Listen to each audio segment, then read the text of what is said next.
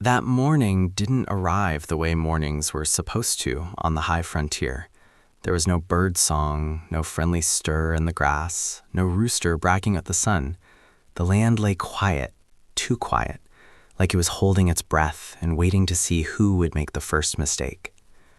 Inside a weathered cabin backed up against red cliffs, Elias Ward stood barefoot on old floorboards, holding a tin cup of coffee that had gone cold in his hand. The cabin smelled of damp wood and stove ash, the leftover scent of last night's storm clinging to everything. Elias had lived out here long enough to trust small sounds more than big ones. A loose shutter, a creak in a beam, a horse shifting weight in the yard. But that morning, there was nothing. And then he noticed the shadow across his window. Not a single shadow, many of them, layered, still, like a line of trees had marched up overnight and decided to block out the world. Elias moved to the glass and leaned in, careful, like the air itself might break if he breathed wrong.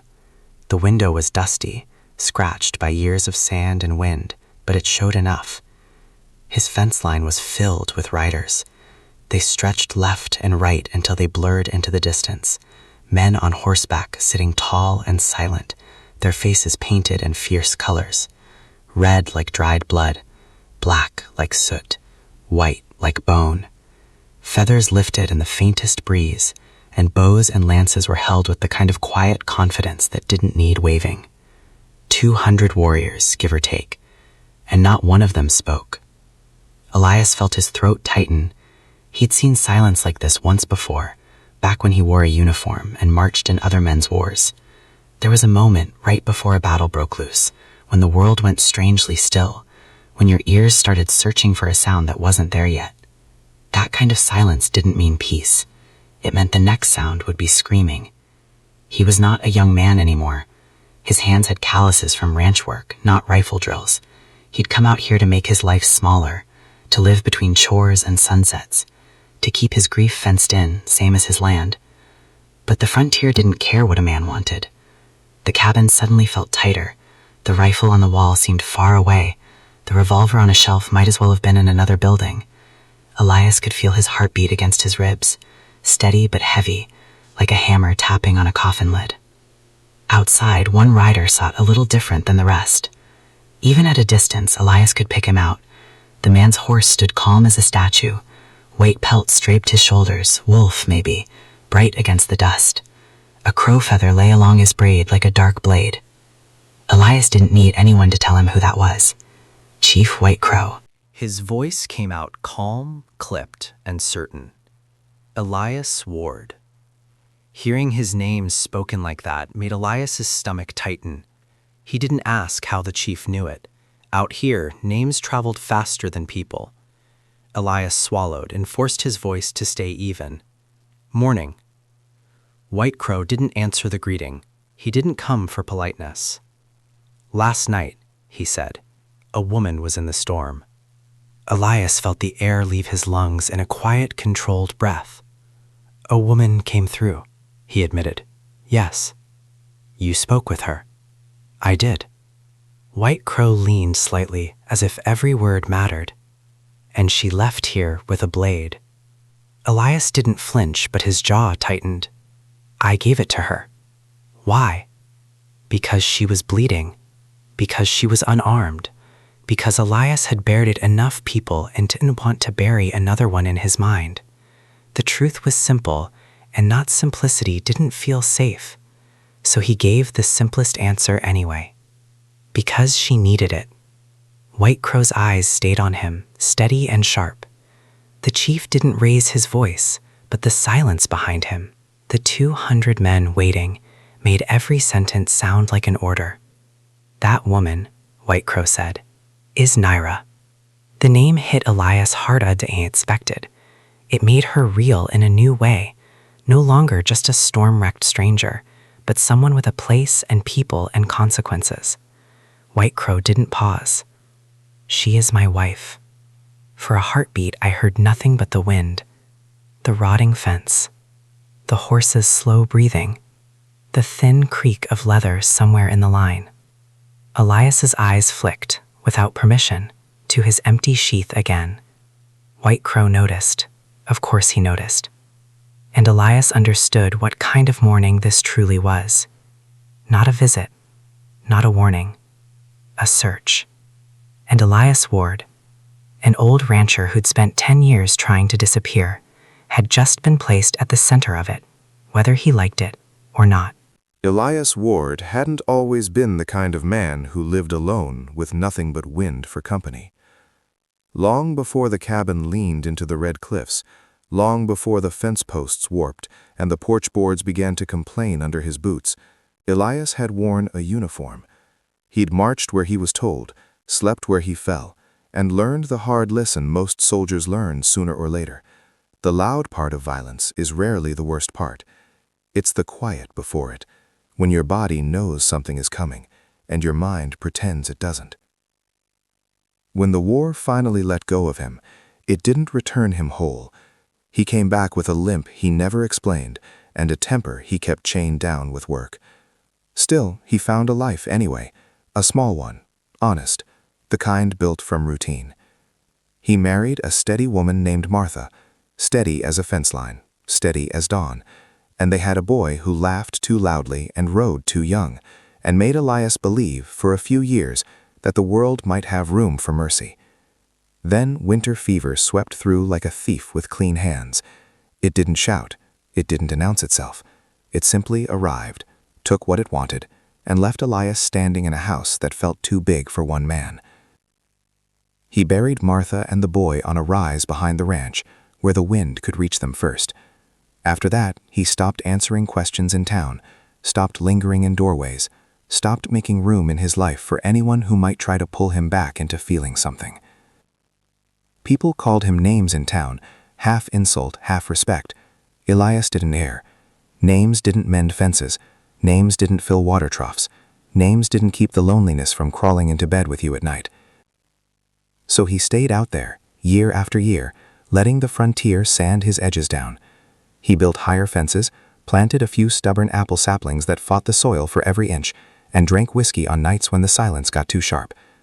And then the storm came. It hit like the desert's bad mood made flesh. First came the wind, slamming into the cabin and rattling the shutters like someone wanted in. Then rain arrived, heavy, hard drops that turned the yard into a churned mess. Lightning tore the sky open, and thunder rolled so close it made the nails in the walls vibrate. Elias was outside, wrestling with the stable door, trying to keep it from ripping off its hinges. His hair was soaked through, his shirt clung to him, and he was muttering every ugly word he knew at the weather. That's when he heard it. Not a coyote, not a horse, not the roof complaining. A cough, ragged and human, barely audible beneath the wind. He froze, then raised his lantern and stepped into the rain. The light made a trembling circle in the dark, and at the edge of it, he saw a figure staggering into his yard like the storm had spit her out. A woman. Her hair was long and black, plastered to her cheeks. Her clothes, leather and cloth stitched with care, hung heavy with water. She moved like every step cost her something. And when lightning flashed, Elias caught a glimpse of her face, bruised along the jaw, a thin cut near the brow, and eyes so sharp they didn't look like the eyes of someone asking for help. Those eyes looked hunted. Elias called out over the wind, telling her she'd freeze out there, telling her to come inside. She shook her head and said a few words in Apache too fast for him to follow. Then, in broken English, she tried again. "No," she insisted. "I go." She took a step and nearly slipped. The mud stole her footing, and pain tightened her mouth. Elias lifted the lantern higher and saw the dark stain at her ribs, blood mixing with rain, spreading along a seam. Something in him swore, quiet and bitter. He'd trained himself for 10 years not to reach into other people's trouble. Trouble had a way of biting the hand that fed it. But he also knew what blood looked like when it didn't stop. He knew what a woman looked like when she was trying not to fall. He pulled his coat off and held it out. She didn't take it. The wind pushed a sheet of rain sideways. Her shoulders shook once hard, and that decided it. Elias stepped forward and draped the coat over her anyway. Not gentle, not cruel, just firm. The way a man moves when he can't afford softness to be mistaken for weakness. He guided her to the cabin. Inside, the heat from the stove made steam rise from her hair. The lamplight showed her face clearly now, young but marked by something older than years. Fear was there, yes, but it wasn't the kind that begged. It was the kind that watched doors and measured distance. Elias reached for cloth and boiled water, and she stiffened when he moved behind her. Her hand went to her belt. Empty.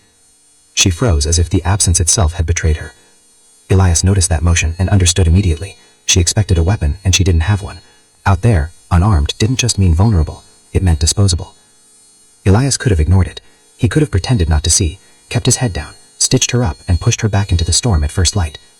Instead, he walked to the small drawer beside his bed and pulled out the knife he almost never touched, a bone-handled cavalry dagger, simple and old, the kind that had lived through more than one ugly story. It had belonged to his father. Elias hadn't carried it for years, but he'd kept it like some men keep a Bible, not because they read it, but because it felt wrong to throw it away. He held it out to her, handle first. "Take it," he said, voice low. "If you think I'm about to do something foolish, you'll be able to stop me."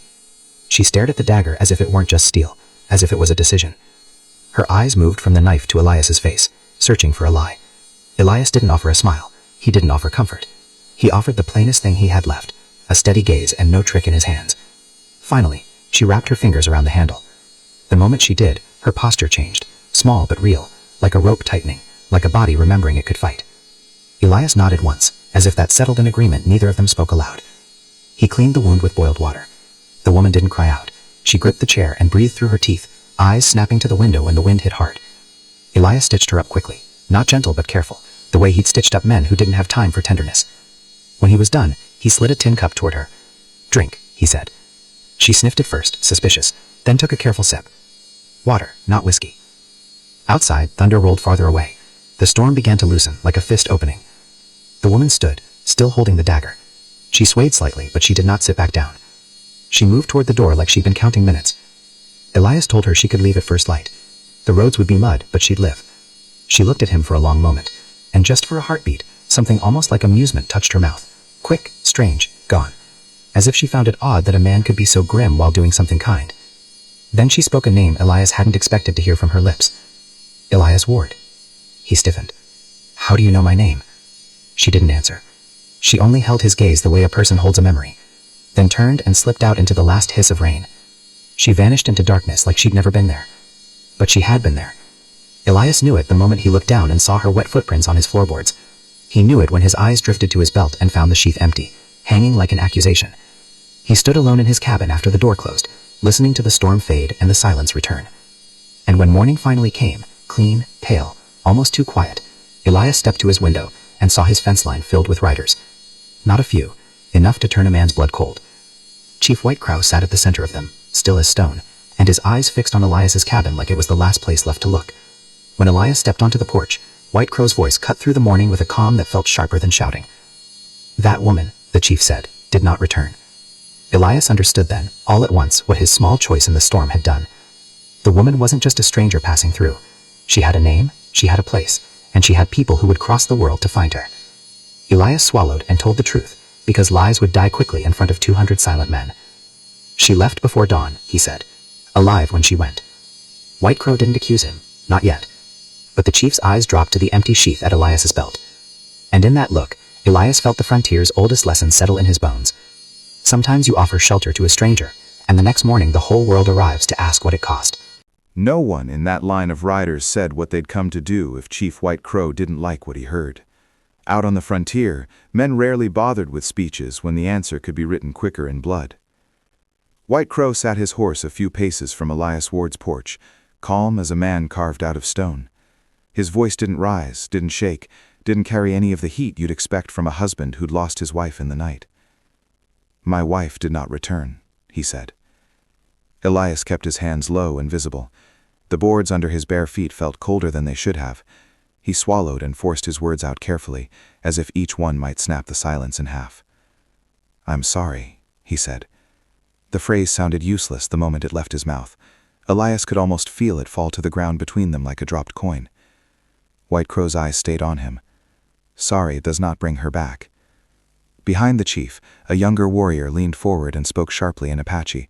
A few others murmured in reply, the sound rippling along the line like wind through dry grass. It didn't take a translator to understand the meaning.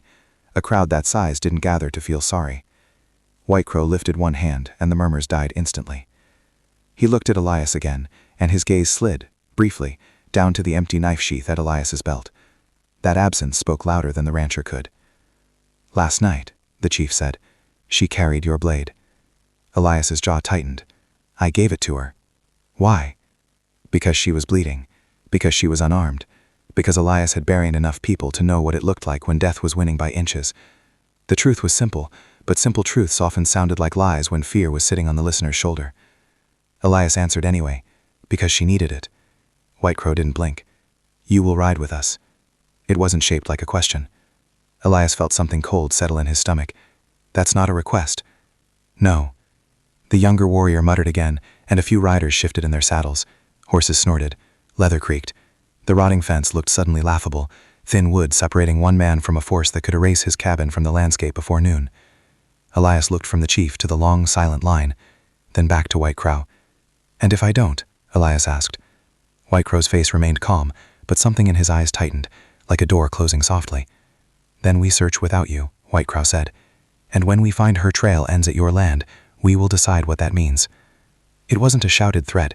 It was a fact, spoken with the patience of a man who had all day and all the numbers. Elias felt the old soldier in him take inventory on instinct, the distance to the door, the rifle on the wall, the angle of the window, how long it would take to grab a weapon, how long it would take for arrows to make the porch a pinned-down coffin. He didn't like the answer. 200 men didn't need to hurry, they only needed to decide. Elias drew a slow breath through his nose, tasting damp earth and morning air. He could refuse and die here, in front of his own cabin, under a sky that didn't care. Or he could ride and maybe die somewhere else, at least moving, at least doing something other than waiting for grief to finish its work. "I'll saddle up," Elias said. A ripple moved through the line, surprise in some faces, irritation in others. White Crow only nodded once, as if Elias had chosen the only reasonable path. Elias stepped back inside and shut the door. For a moment, he leaned his forehead against the rough wood and let his eyes close. The cabin smelled like old smoke and loneliness. It had held him together for years, and now it felt like it was letting him go. He moved quickly after that. He took the Spencer carbine from the wall, checked the chamber with hands that remembered how. He slipped his revolver on, shoved spare cartridges into his pocket, and paused when his hand drifted toward the empty sheath again. The missing dagger irritated him more than it should have. It wasn't just a tool. It was his father's. It was history. And the fact that it was out there, somewhere in the desert with a woman he barely knew, made the morning feel even more unreal. He grabbed a canteen, a strip of jerky, the kind of supplies a man takes when he doesn't know whether he'll be back by supper. His eyes landed on the tin cup of coffee still sitting on the table, untouched now, cold, still, like a life he'd been living on repeat. A thought surfaced, sharp and oddly gentle. Martha would have hated this. She would have called it nonsense, and she would have been right. Elias opened the door and stepped back onto the porch. Outside, an Apache warrior led a spare horse forward. The animal was lean and narrow, the kind of horse that survived on grit and bad luck. It flicked its ears and rolled its eyes as if it already regretted meeting Elias. Elias swung into the saddle with a heavy, practiced motion. The leather creaked, wet from last night. He patted the horse's neck once and muttered, "Me too." The horse flicked an ear like it didn't appreciate being understood. White Crow watched him mount. "You will tell me everything," the chief said. "Every word, every movement. If you forget, remember it." Elias met his eyes. "I remember plenty." "Good." White Crow turned his horse. The line of warriors moved as one body, shifting and parting with disciplined ease. Elias felt them flow around him, close but not touching, like a current carrying a stubborn stone. They rode out. Elias looked back once and saw his cabin already shrinking behind them. The porch, the fence, the small yard, everything he'd built to keep the world away, now left behind like a shed skin. The prairie opened ahead, wet grass steaming faintly under the rising sun. Wind swept through low cactus and brush, tugging at clothes and feathers. The column's movement was controlled, steady, and quiet enough to make Elias uneasy. In the army, the loud marches were for show. The quiet ones were for killing. As the hours passed, Elias felt eyes on him. Warriors watched him from both sides with the steady attention of men guarding a prisoner. No one spoke to him unless necessary. No one offered comfort because comfort would have suggested they believed him. And the strange part was, Elias felt more awake than he had in years. His life had been a slow loop. Feed the horses, mend the fence, drink the whiskey, stare at the dark. Now, under the weight of suspicion and the pull of danger, his blood moved again. His mind sharpened. The old soldier instincts rose, unwelcome but familiar, like a knife found at the bottom of a drawer. An older warrior eased his horse closer to Elias's left. The man's braid showed gray, and his face carried the kind of calm that comes from surviving things most men don't talk about. "You are Ward," the older warrior said in rough English. "That's what they call me," Elias answered. The older warrior watched him a moment, then said almost conversationally, "In your cabin, you keep no dog." Elias shrugged. "Dogs die." The older warrior's mouth barely twitched. "So do men." Elias let out a short breath that might have been a laugh if it had grown up in a friendlier place. "That's cheerful." The older warrior glanced ahead toward White Crow, who rode like a fixed point in the world. "He is not cheerful today." "Neither am I," Elias said. The older warrior studied Elias's seat in the saddle, the way his hands held the reins, the way his gaze kept lifting to the horizon and then to the rocks. He nodded once, approving. "You ride like soldier," the older warrior said. Elias looked at him. "You too." The older warrior's eyes gleamed briefly. "Many here." Then he eased away, returning to the line without another word. Elias rode on with the wind, the dust, and the growing certainty that whatever had taken Naira wasn't finished with them. Because a line like this, 200 riders in silence, was not a punishment. Not yet. It was a decision in motion, a search with teeth. And if they didn't find White Crow's wife soon, Elias Ward had a feeling the quiet morning back at his cabin would be the last quiet morning he ever remembered. By midday, the prairie looked like it had been scrubbed clean by the storm, but the land still carried its secrets in the mud. White Crow's riders slowed near a wash where runoff had torn a shallow wound through the earth. Mesquite roots clung to the banks like knotted fingers, and scattered stones lay exposed where the water had chewed the soil away. The party didn't stop with noise or argument. White Crow simply lifted a hand, and the whole column obeyed, quiet as a held breath. He dismounted first. 2 trackers joined him at once, men who moved with the patient economy of hunters reading a story written in dirt. Elias Ward slid down from his horse a moment later, boots sinking slightly into the damp ground. He tried to keep his posture neutral, but he could feel the eyes on him. To them, he was still the outsider, the last man to see Naira alive. White Crow crouched near the edge of the wash and brushed his fingers over faint marks pressed into the mud. He spoke softly in Apache. One of the trackers pointed, and even Elias could see it now, a line of lighter impressions running along the bank, small and quick. Moccasin prints. A woman's. Elias leaned closer, squinting. The storm had blurred some edges, but the shape was still there, clear enough to make his stomach tighten. The tracks didn't wander like a lost person's steps. They moved with purpose, even with injury. Then Elias saw what came beside them. Boot prints, deeper, heavier, pressed hard into the soft ground. More than one set. She wasn't alone, Elias said quietly, almost to himself. White Crow didn't look up. No. One tracker traced the edge of a boot mark with a fingertip, then spoke a few words that made another warrior hiss under his breath. Elias didn't understand the Apache, but the tension that followed was plain as a drawn gun. Elias frowned. What is it? The older tracker's English was careful, shaped as if he didn't like using it unless he had to. These boots, he said, walk wrong. Elias stared. Boot prints are boot prints. The tracker shook his head and pointed again, farther along the wash where the boot marks continued. Then he pointed just behind them, and Elias's eyes narrowed as his mind did the work it didn't want to do. The toe marks were faint. The heel marks were heavy. The prints were reversed. Elias felt a cold line run down his spine. Someone walked backward. White Crow finally lifted his gaze, sharp and intent. Why? To confuse pursuit, Elias answered. Make it look like they went one way when they went the other, or make it look like more men were there. The tracker nodded once, like Elias had spoken a truth the ground itself already knew. Elias didn't take comfort in being right. Out here, being right usually meant the people you were chasing were smarter than you wanted them to be. White Crow rose slowly, scanning the wash and the low hills beyond. His men began to spread out with subtle hand signs, some riding for higher ground, others fanning along the edges, searching for any clue the storm hadn't stolen. They moved with discipline, not panic, and Elias couldn't help noticing it. This wasn't a reckless mob. It was a force that knew how to hunt. White Crow turned back to Elias. Tell me again, the chief said, voice low. Everything. So Elias told him. The storm, the woman staggering into the yard, the blood at her ribs, the way she refused shelter until her body nearly betrayed her, the moment her hand found an empty belt, the dagger he offered handle first, the look in her eyes when she took it, like it wasn't just a weapon, but their mission to keep living. And he repeated the last thing she'd said before disappearing into the rain. You will hear hooves tomorrow. Something passed through White Crow's face at that. Not rage, not accusation. Something closer to a grim understanding. They moved again along the wash, slower now. The ground still held water in pockets, and the mud recorded every mistake. Near a shallow pool bordered by reeds, one of the scouts called softly and pointed. The mud there was disturbed. Not just footprints, something worse. A long smear, as if something had been dragged. Elias stepped closer and knelt, touching the mark. The mud was slick and cold. When he lifted his fingers, a few strands of torn cloth clung to them, fibers caught and left behind like a confession. Elias swallowed. They dragged her. White Crow's face went very still. That stillness wasn't weakness. It was the kind of quiet a man wears when emotion would get in the way of the next decision.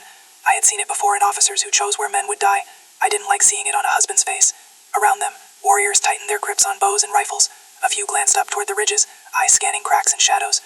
The air had that loaded feeling again, the one Elias knew too well, the feeling that the land was watching, and the land might soon bite. Elias lifted his head and looked at the low hills beyond the wash. She was afraid, he murmured, the thought forming fully only as he said it.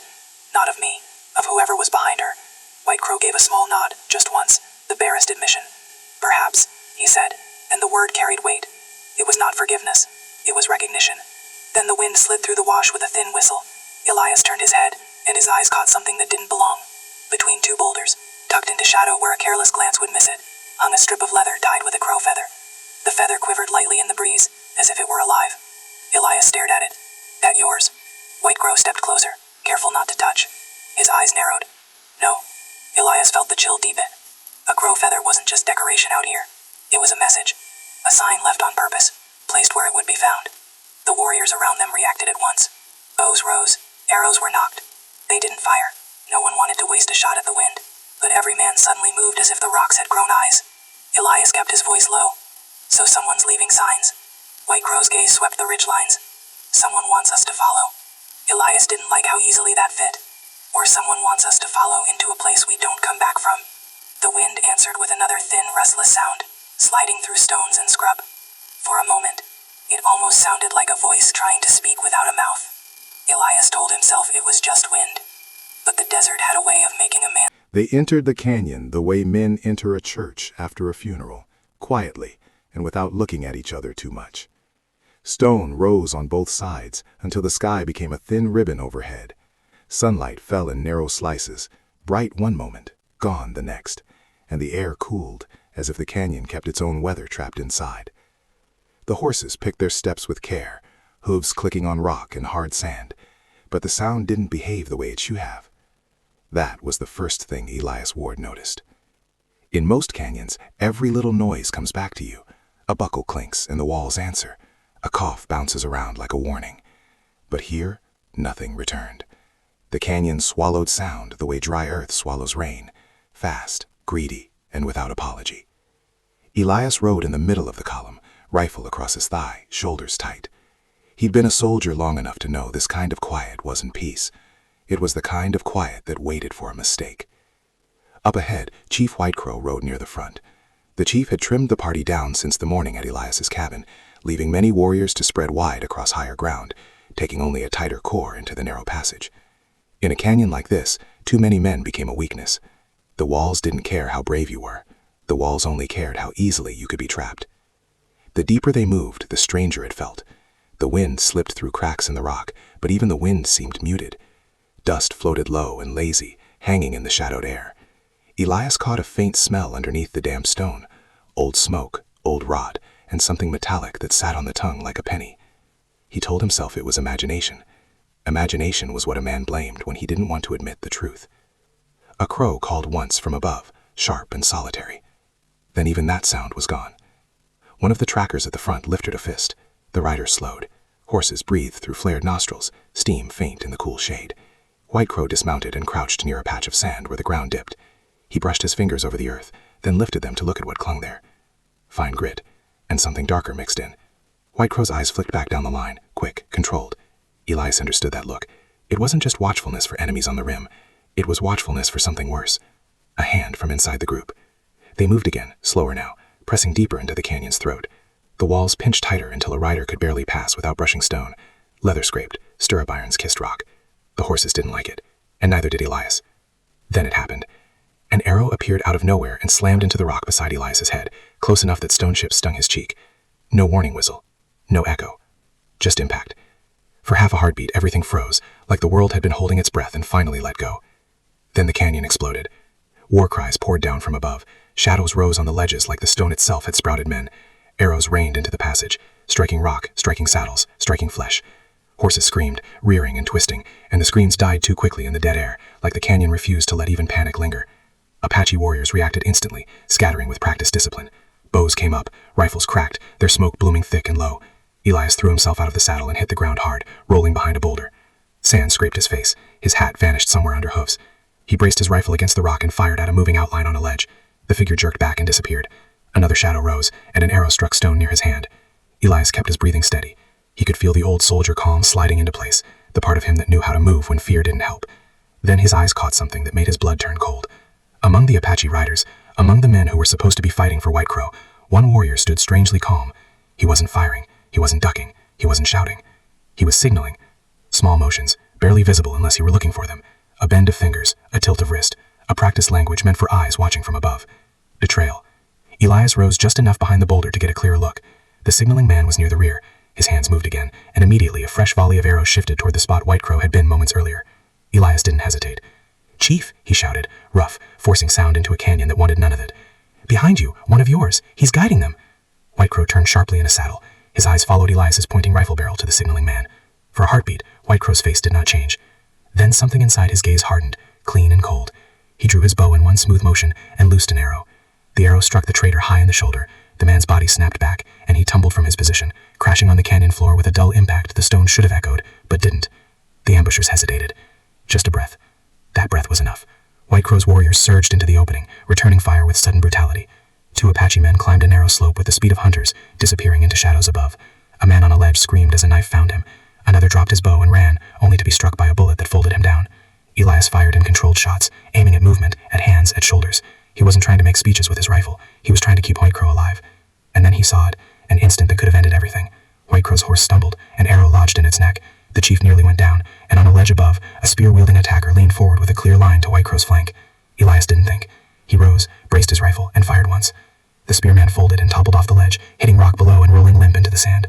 Smoke hung in the air, dust settled in slow curtains. The fight broke apart as quickly as it had begun. With their inside guide exposed, the ambushers lost the rhythm they'd planned. They scattered into cracks and scrub beyond the rim, vanishing into places a horse couldn't follow. When it was over, the canyon went quiet again. Not peaceful, just empty. Bodies lay twisted on the ground, arrows scattered like broken branches. The wounded groaned softly. A young warrior sat staring up at the thin strip of sky, as if trying to count clouds he couldn't see. White Crow dismounted and walked toward the traitor who had fallen. The man was still alive, breathing fast, blood bubbling at his lips. His eyes were sharp with defiance, as if he wanted to die without giving anyone the satisfaction of fear. White Crow crouched beside him and spoke in Apache, low and hard. The traitor answered with something that sounded like a laugh, then coughed blood. Elias approached and knelt on the other side, close enough to see his pupils widen and narrow with pain. "Where is she?" he demanded, voice tight. "Where is Naira?" The traitor's lips twisted into a ragged smile. "She told you," he rasped, in broken English. "You would hear hooves." Elias's jaw clenched. "Where?" The traitor swallowed, blood running at the corner of his mouth, and his eyes gleamed with ugly satisfaction. "She is not lost," he whispered. "She is placed." Elias felt a cold understanding settle in his bones. "Placed like bait." The traitor's smile widened, just slightly. "Yes." White Crow's hand tightened on the man's braid, not yanking, not striking, just holding him still, controlling the last truth he could offer. "Who took her?" White Crow asked, low and hard enough to be more frightening than a shout. The traitor coughed again. "Men who want the chief to chase," he said. "Men who want your people to split. Men who know this canyon eats sound." His eyes drifted upward, unfocused now. He whispered a word in Apache, a name Elias didn't understand. But the reaction of the nearby warriors told Elias everything he needed to know. Faces stiffened, a few men spat. Someone muttered a short prayer, as if the name itself carried sickness. Then the traitor's eyes went wide, and the light left them. Elias sat back on his heels, staring at the dead man's face. He looked up and met White Crow's gaze. There was no confusion there now, no doubt. Only a grim certainty that the ambush had not been meant to end them in the canyon. It had been meant to slow them, to bleed them, to pull them deeper into something planned. White Crow rose. He did not order a burial. He did not speak a mourning word. The canyon had already taken too much, and the day wasn't finished collecting. "We move," the chief said.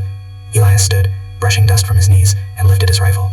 He looked once at the silent stone walls, at the smoke smearing the thin light, and he understood what the traitor's last smile had meant. Naira was still alive, and alive meant useful. Alive meant the trap was still open. They mounted up and rode on, leaving the canyon behind like a mouth that had tasted blood and wanted more. By late afternoon, the canyon finally loosened its grip, and the riders spilled out into broken foothills, scattered with juniper and black rock. The air felt different out here. Sound came back in pieces, the creak of saddle leather, the clack of hooves on stone, the soft complaints of tired horses. Elias Ward hadn't realized how much that canyon silence had been pressing on his skull until it lifted. And when it did, he caught himself listening too hard, like he expected the quiet to come galloping after them. White Crow didn't let anyone linger in relief. He read the country the way a man reads a threat on a stranger's face, quick, exact, and without wishful thinking. He called a halt near a thin trickle of storm runoff beneath scrubby cottonwoods. The stream wasn't much, the kind that would vanish in a few days, but for the moment it meant water for men and horses, and a place to gather their breath without admitting they needed it. Elias slid off his horse and knelt at the edge, scooping cold water over his face. It stung his cheeks and cleared the grit from his eyes. As he wiped his mouth with the back of his hand, he tried to put the day into a shape that made sense. Naira had been hurt. She'd been dragged. The ambush in the canyon had been planned carefully enough to include a traitor inside White Crow's own party. And the traitor's last words weren't the kind men spoke when the story was ending. They were the kind men spoke when the story was only turning uglier. Elias stood and looked for White Crow. The chief was a few steps away beneath the cottonwoods, staring out at the horizon as if he could see through hills and stone into the place where his wife was being held. His posture didn't bend, but the tightness around his eyes betrayed him. It wasn't just anger, It was fear, locked down so hard it looked like discipline. Then a shout went up from the rocks about to stream. Scouts. 2 riders came down hard, dust on their legs and urgency in their shoulders. And between them they dragged a third man like a sack of grain, hands bound behind his back with rawhide, boots scraping dirt as he stumbled. The captive looked Apache at first glance, buckskin shirt, braided hair. But something about him didn't sit right. Like a counterfeit coin you could feel was wrong before you even saw it. His skin was lighter, his face shaped a little differently. And the way he held his chin had the stubbornness of a man used to towns and rules, not only open desert. Warriors gathered fast, their expressions sharp and hungry. A few looked like they were already deciding what part of him to remove first.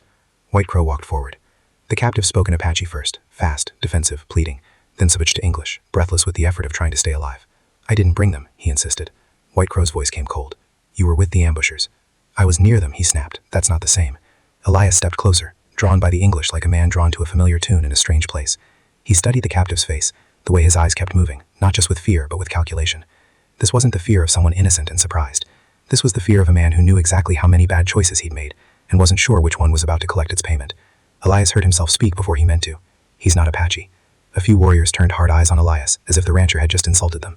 But the older warrior with gray in his braid, quiet, watchful, made a small sound that might have been agreement. White Crow didn't glance at Elias. He kept his eyes on the captive. "Name." The captive hesitated, just long enough for the air to sharpen. "Name," White Crow repeated, and it came out like a final warning. The man exhaled. "Tomas," he said. And then, as if honesty might buy him a few more heartbeats, "Tomas Landa," a Mexican name. It moved through the gathered warriors like wind through dry grass, quick, uneasy. A man wearing Apache clothing but carrying a name from another world was the kind of thing that made people reach for knives without thinking. White Crow's gaze narrowed. "Why do you wear our skin?" Tomas swallowed hard. "Because your enemies don't shoot a man who looks like you," he said, then added bitterly, "sometimes." That earned a low laugh from one warrior and a spit from another. Tomas flinched but held his chin up anyway. He was brave in the way a cornered animal is brave. Not noble, not clean, but determined to keep breathing.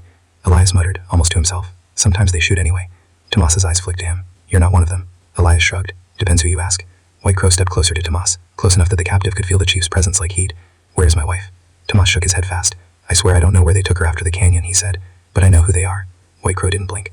"Speak." Tomas rushed his words now, as if speed could keep his throat intact. "Not all Apache," he said. "Some are Yavapai, some are white men with rifles who don't wear uniforms. They trade bullets for bodies. They call it work." Elias felt his stomach tighten.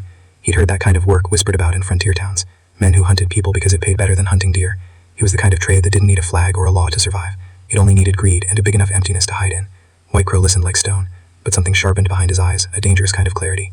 Tomas pointed with his chin toward the west. "They've got a place," he said. "A basin, bad ground, old bones. They think spirits keep you away."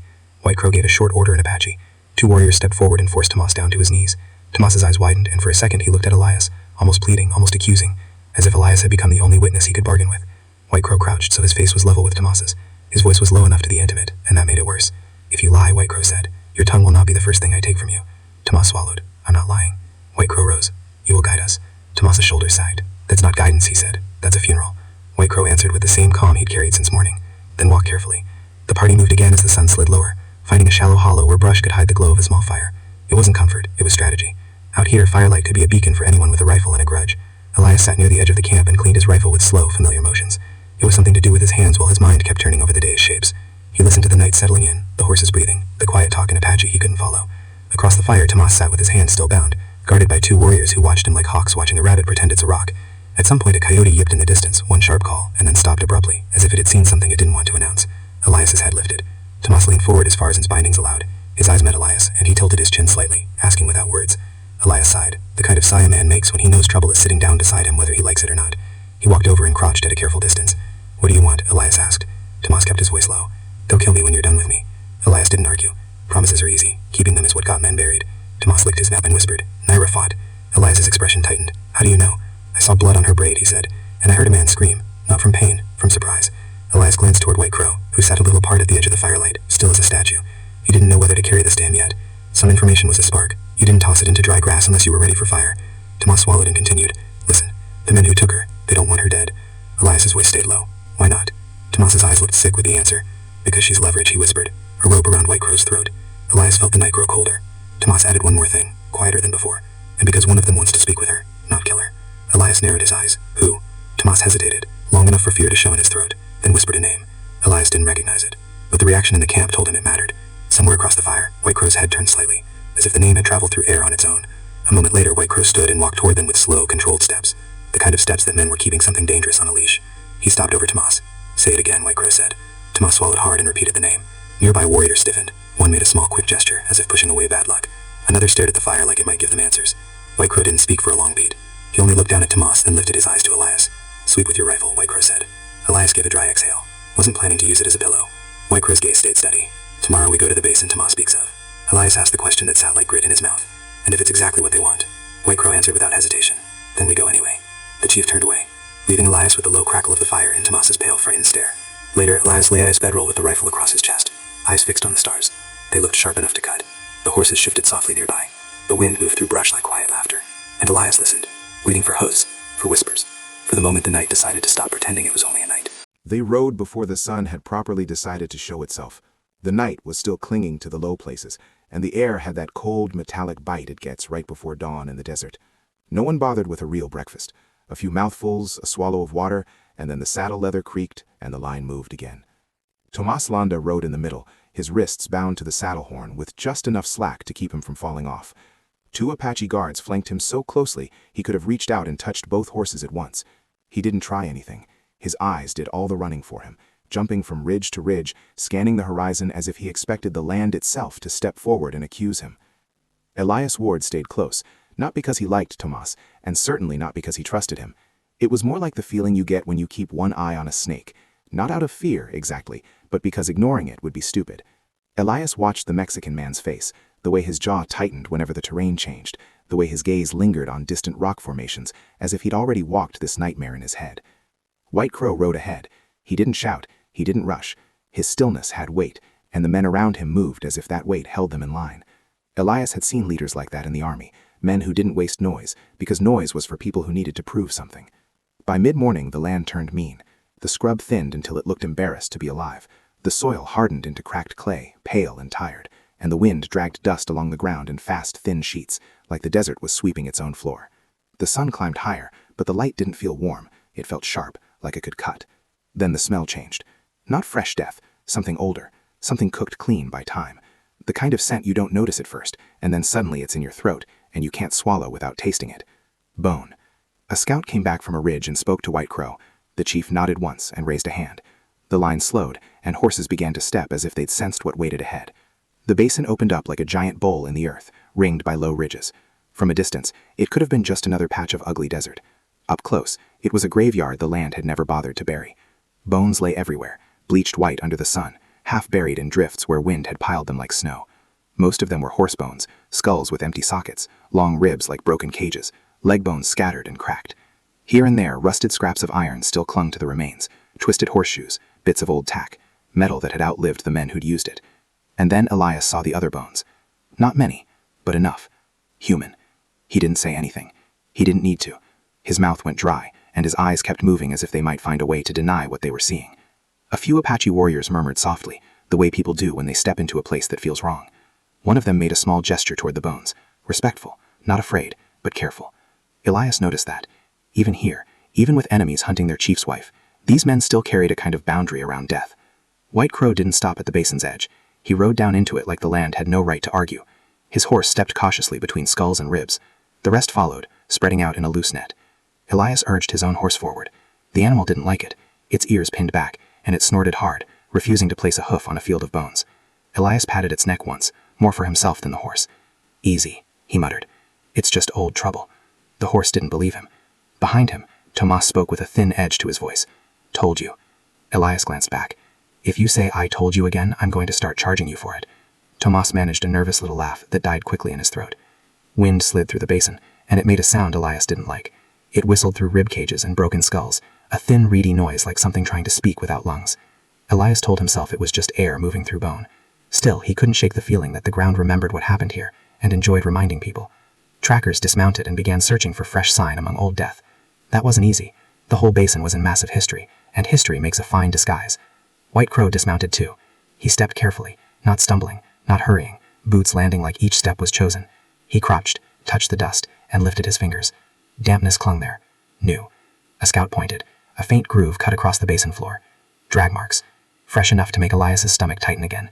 The drag line led toward the western rim, where boulders stacked up like a broken wall.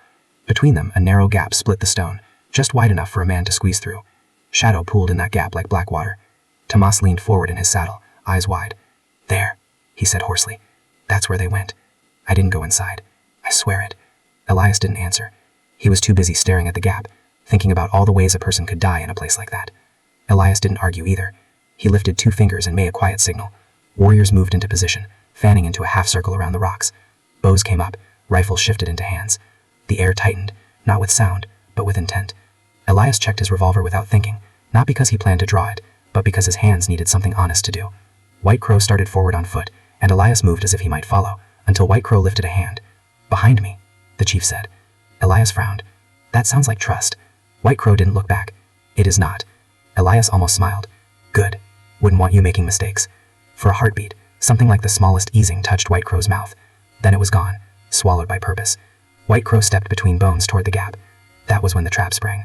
A rope snapped tight around his ankle, yanking his foot out from under him. The chief hit the ground hard, rolling once among ribs and dust. Bone fragments cracked under his weight, and the sound was sickeningly dry. At the same time, men erupted from the basin floor near the gap, rising out of shallow pits disguised with bone and cloth.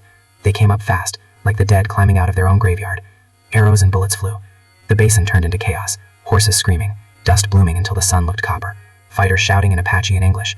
Elias fired toward a man who'd surfaced too close to White Crow, dropping him before the attacker could bring his weapon up. White Crow slashed at the rope with a knife, freed himself, and rose with a kind of furious control. He snatched a fallen bow and loosed an arrow into a man's throat without taking time to aim properly. It was pure instinct, sharpened by fear and rage. Elias kept moving forward, firing, stepping, firing again, careful not to trip on bones that wanted to break ankles and slow men down. He felt strangely detached, like he was watching the fight through someone else's eyes. Then he heard it. Not a scream of pain, not a war cry. A woman's voice, faint and urgent, carried through stone. "White Crow!" The chief's head snapped toward the gap so fast it looked like the sound pulled him by the skull. "Naira!" White Crow roared back. The name cut through the basin like a knife. Elias felt a chill climb his spine. If she could call out, she was alive. And if she was alive, then everything the traitor had said was true. She wasn't lost. She was placed. A white man in a stained hat fired toward the gap, twice, like he meant to shoot the voice itself. That was enough to decide White Crow. The chief surged forward toward the rocks, and 3 warriors surged with him, forcing their way through the chaos. Elias ran after them, boots slipping on bone fragments, burning his throat. As Elias reached the boulders, a hand clamped onto his shoulder from behind. Tomas, still bound, face tight with panic. "Don't go in there," he hissed. "That gap leads into a split cave. 2 exits. They'll seal you in." Elias shoved him off. "Then tell White Crow." Tomas's eyes flashed with helpless frustration. "He won't listen to me." Elias didn't deny it. He turned and pushed into the gap anyway, shoulders scraping stone as the light narrowed. Behind him, the basin roared with battle. Ahead, the passage swallowed sound and warmth. The air changed inside, cooler, damp, and smelling faintly of old smoke, like this cave had hosted more than one ugly meeting. Then from deeper in the darkness, the voice came again, closer now. Elias Ward. Hearing his name spoken from inside that rock throat sent a cold line straight through him. White Crow froze for the briefest instant, turning his head slightly, as if the name had struck him like a thrown stone. And then the chief moved faster. Elias followed into the darkness, matchless now, guided only by the memory of that voice, and the sudden, terrible certainty that whoever had built this trap knew exactly how to call men forward. The cave swallowed them fast. From the outside, that gap in the boulders looked like a narrow crack, nothing more than a shadow between stones. But once Elias Ward pushed inside behind Chief White Crow, it felt like stepping into a different world. The air turned cold and damp. The floor wasn't flat. It dipped and rose like an old wound. And sound, every scrape of boot leather, every breath, came back to them in tight little echoes, as if the cave wanted to repeat their presence to anyone listening. White Crow moved without hesitation, bow in hand, shoulders set like he could force the darkness to give way through sheer will. Elias didn't like following a man that determined. Determination was useful, sure, but it also made a fine leash, and Elias had the uneasy feeling someone else was holding the other end. He dug a match from his pocket and struck it. The flame popped to life, small, nervous, and bright enough to carve jagged shadows across the rock. Dust floated in that light like tiny drifting seeds. For a moment, Elias felt the strange comfort of seeing something, anything besides black. White Crow shot him a look that could have cut rope. Flame inside a cave was an invitation, but Elias kept the match cupped and low, like a secret. A few yards in, the passage split, one branch slanting down, the other narrowing into a cracked throat that bent left. White Crow paused, listening. The cave held its breath with him. Then came a sound, faint but clear enough to raise every hair on Elias's arms. A scuff, a small metallic click, a muffled grunt. Someone was in there. White Crow made a quick gesture. 2 warriors peeled off into the left passage like shadows, silent and fast. White Crow took the slanting corridor downward, and Elias followed, matchlight trembling as the air grew colder. Water dripped somewhere ahead, steady as a clock.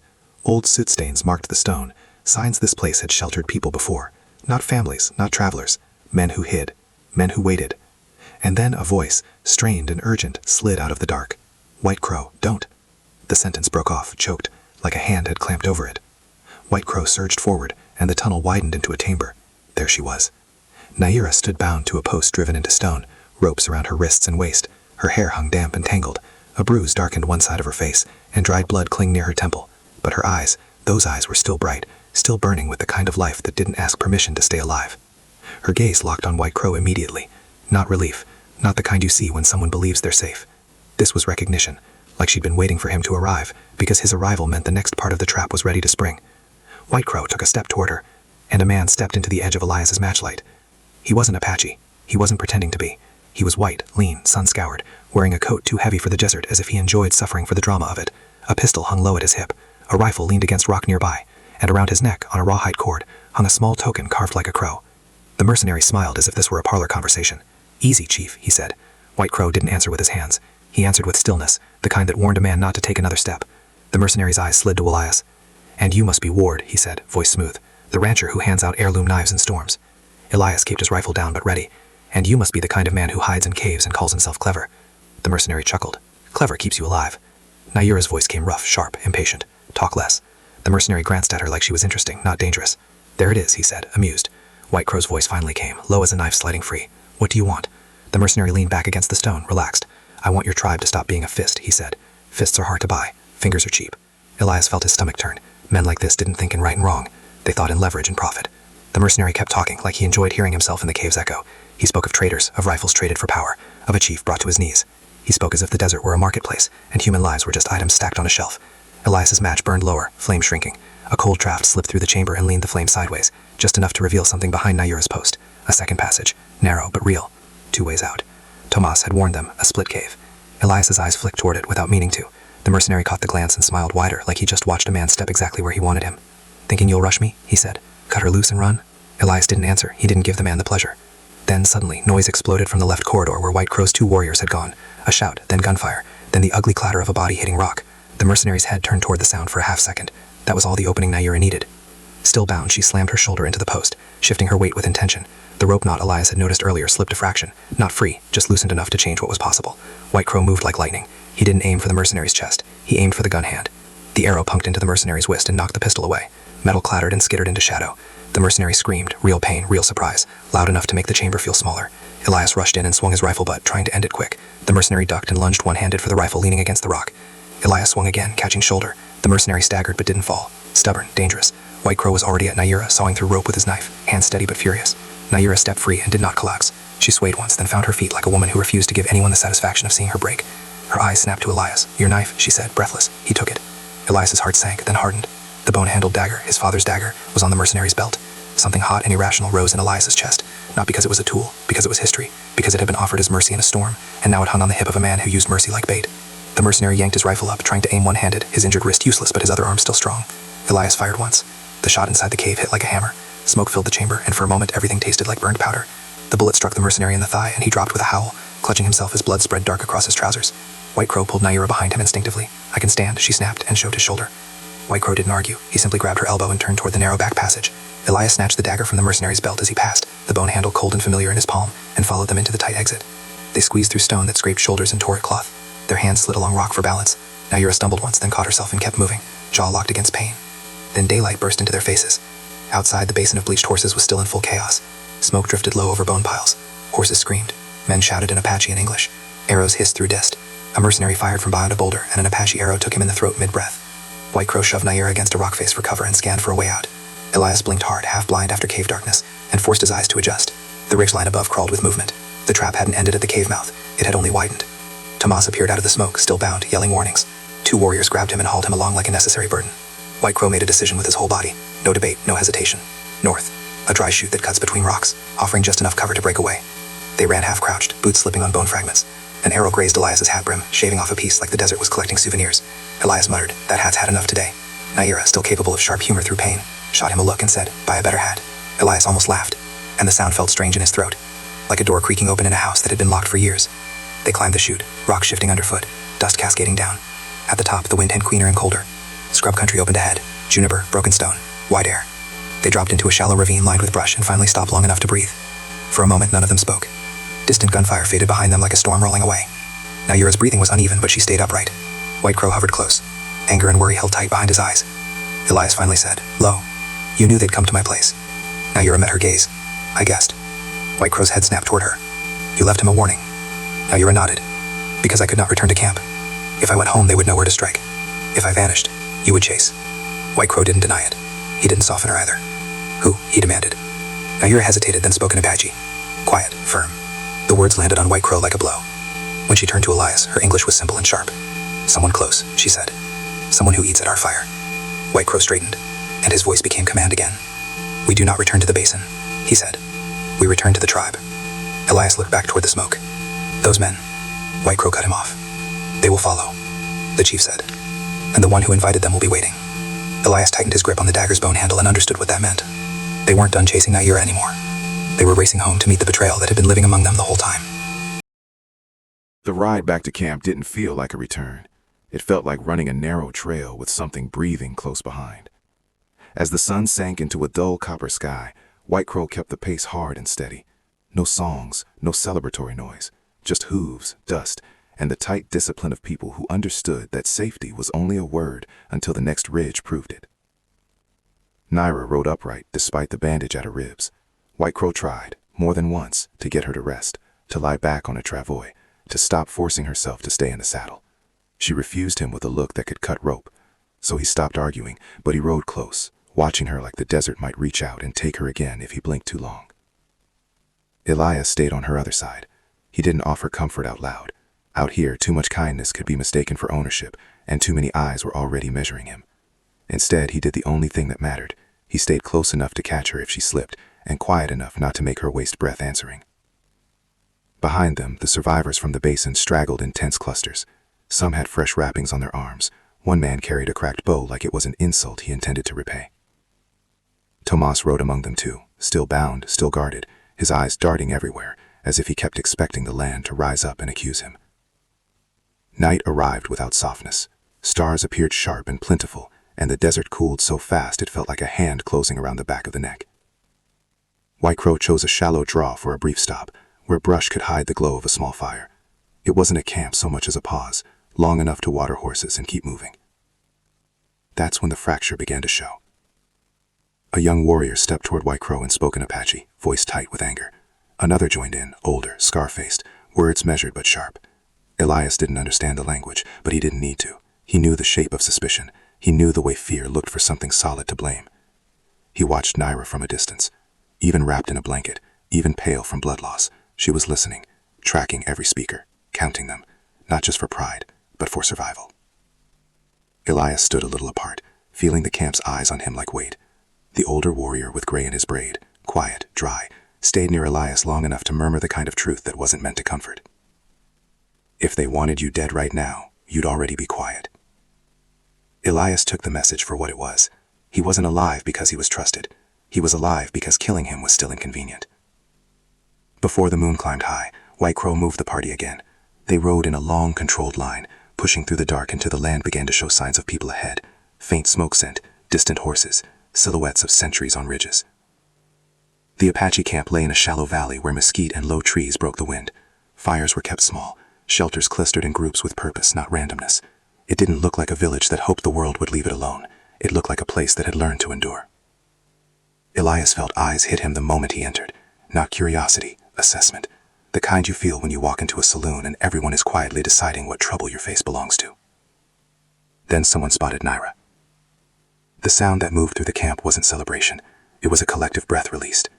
Women hurried forward. Hands reached for her arms and shoulders. A stern older woman pressed a palm to Naira's cheek and spoke softly, as if anchoring her back to the living. For half a heartbeat, Naira's shoulders sagged, relief slipping through before pride closed the door again. White Crow guided her toward the central fire circle, and the camp gathered fast. Elders rose. Warriors formed a loose ring. It wasn't ceremony. It was emergency becoming council. White Crow spoke first, firm, controlled, explaining the ambush, the traitor, the white gunman, the basin, the cave. He spoke in Apache, then briefly in English, so there would be no confusion about what had happened and why the air felt poisoned. When White Crow finished, silence followed. Then a man stepped into the firelight. He carried himself like someone used to being listened to. His clothing was cleaner than most. An antler-shaped token hung at his throat. His face was calm in a way that felt practiced, and Elias didn't like it. Calm could mean wisdom, or it could mean a man who believed he was untouchable.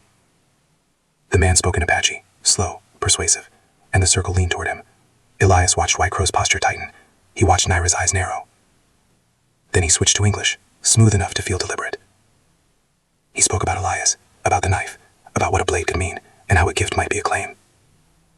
Elias felt heat rise behind his ears, not because he feared the accusation, but because he recognized the tactic. It wasn't a question, it was a story being built, brick by brick, until the tribe would have a single shape to blame. So Elias stepped forward into the fire circle, before the wrong story could ring. He kept his voice rough and plain. He said he gave her the knife because she was bleeding and unarmed. He didn't dress it up. He didn't beg. He didn't apologize for choosing life in a storm. The circle reacted in ripples, some bristling, some thoughtful, some simply watching. Then Naira spoke. Her Apache cut through the murmurs like a clean blade. The antler token man's confidence slipped for the first time. When Naira switched briefly in English, she kept it simple, the way truth often is. The knife was not an oath, she said. It was a chance to live. Then she added something that chilled the fire circle into silence. The men who took her were guided. The antler token man lifted his hands, offended, asking for proof, speaking like innocence was a cloak he could pull tight. Tomas was pushed forward, and he began spilling what he knew. White gunmen, the basin, the crow token, the split cave, the trap meant to pull White Crow into the open.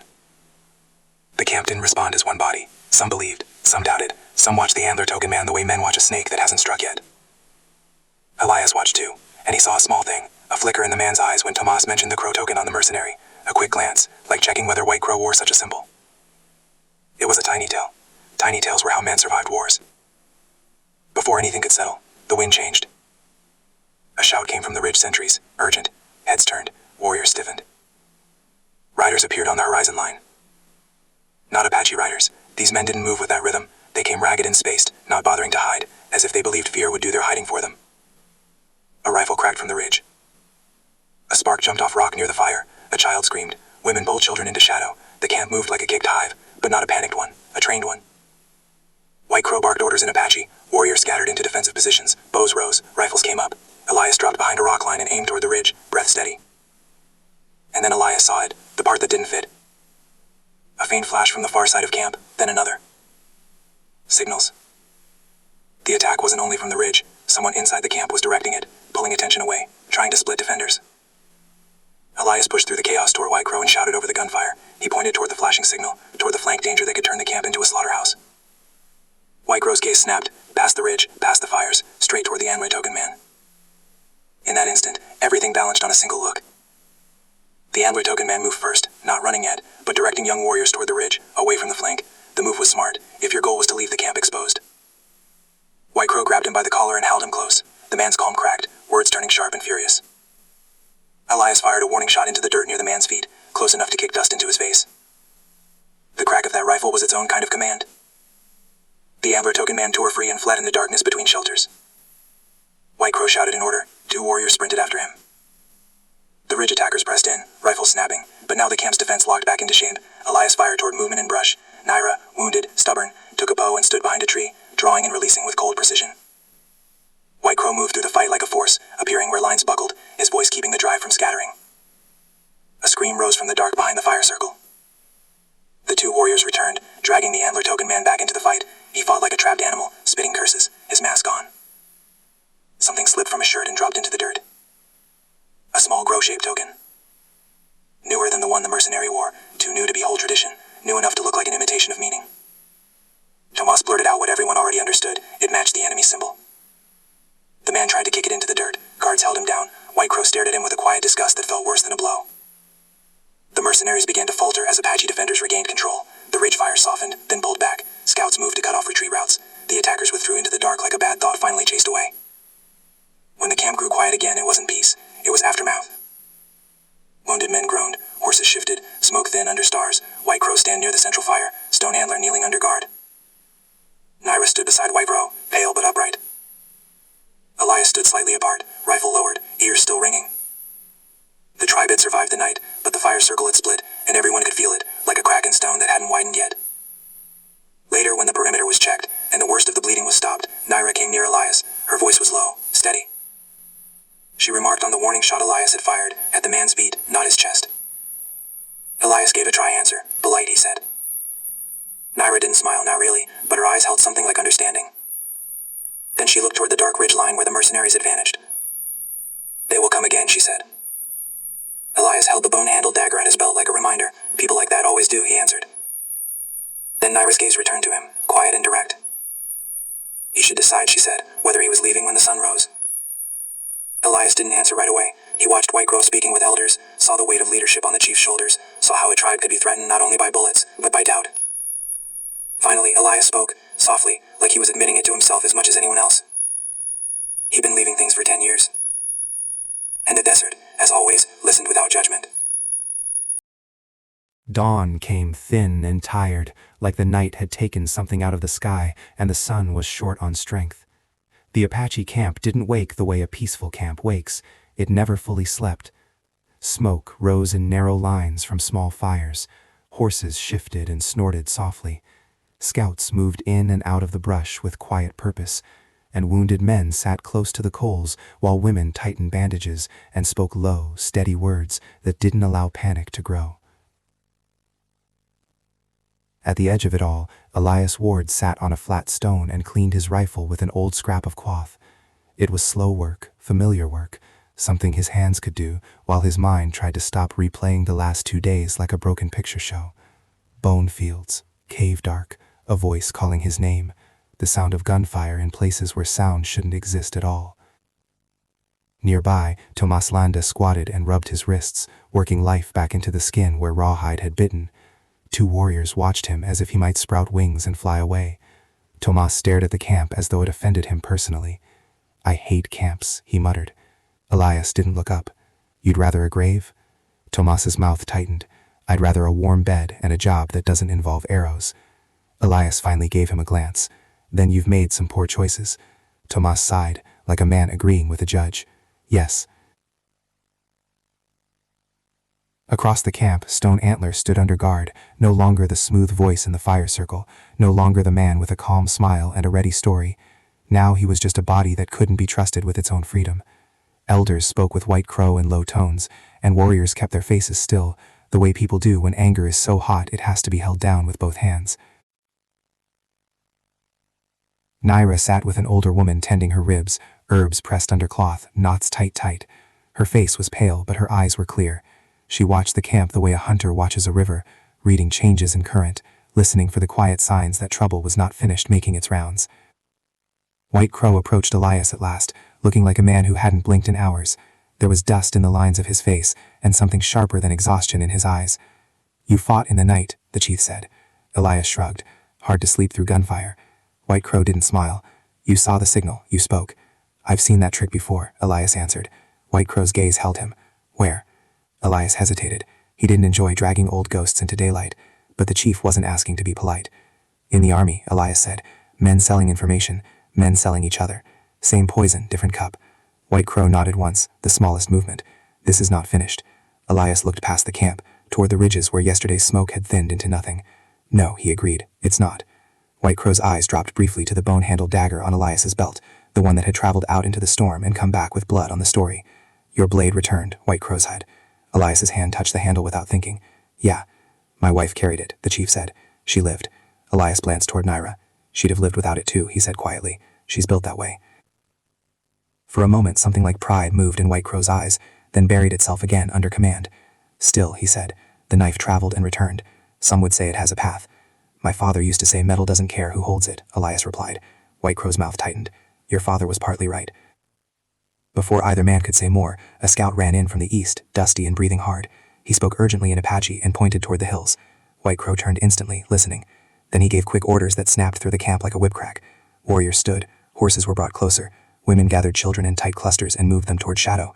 Men who had been sitting a moment ago now looked like they'd been waiting all night for exactly this. Elias rose, rifle in hand. "What is it?" White Crow answered in clipped English. "Riders, 30, maybe more. They circle." Tomas, unable to stop himself, blurted from behind. "Mercenaries don't bring 30 unless they think they can win."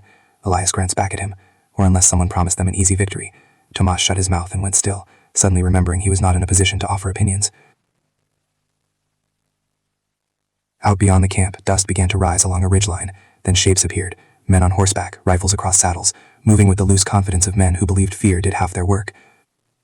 At their front rode the mercenary leader from the basin, his posture stubborn despite the bandaged leg. He looked like a man who had been hurt and took it personally. The riders halted just out of bow range. The leader called out in English, voice carrying clean over the valley. "Chief White Crow, we can end this clean." White Crow stepped forward into open ground, flanked by 2 warriors. He did not raise a weapon. He didn't need to. His stillness was its own threat. The mercenary spread his hands theatrically. "I want what I came for, the chief, alive, and the woman. You give them, and we leave your camp breathing." A low murmur moved through the Apache line, anger contained, not spent. White Crow's answer came calm and flat. "You will leave, or you will die here." The mercenary laughed. "Brave, but I have friends inside your tribe. I can buy hunger, I can buy jealousy, I can buy the young men who want your feathers." Then he shouted the name that made the camp tighten like a fist. "Send out Stone Antler. He and I had an agreement." White Crow didn't flinch, but the guards holding Stone Antler did. Their hands tightened. Stone Antler stiffened as if the name had yanked a hook in his spine. White Crow spoke one short command in Apache. Stone Antler was dragged forward into open view. The mercenary leader squinted, trying to read whether this was betrayal or theater. "There he is," the mercenary called. "Tell your chief to keep his word." Stone Antler shouted furious words in Apache, fighting the grip of the guards. His face wasn't calm anymore. It was the face of a man watching his careful plan collapse.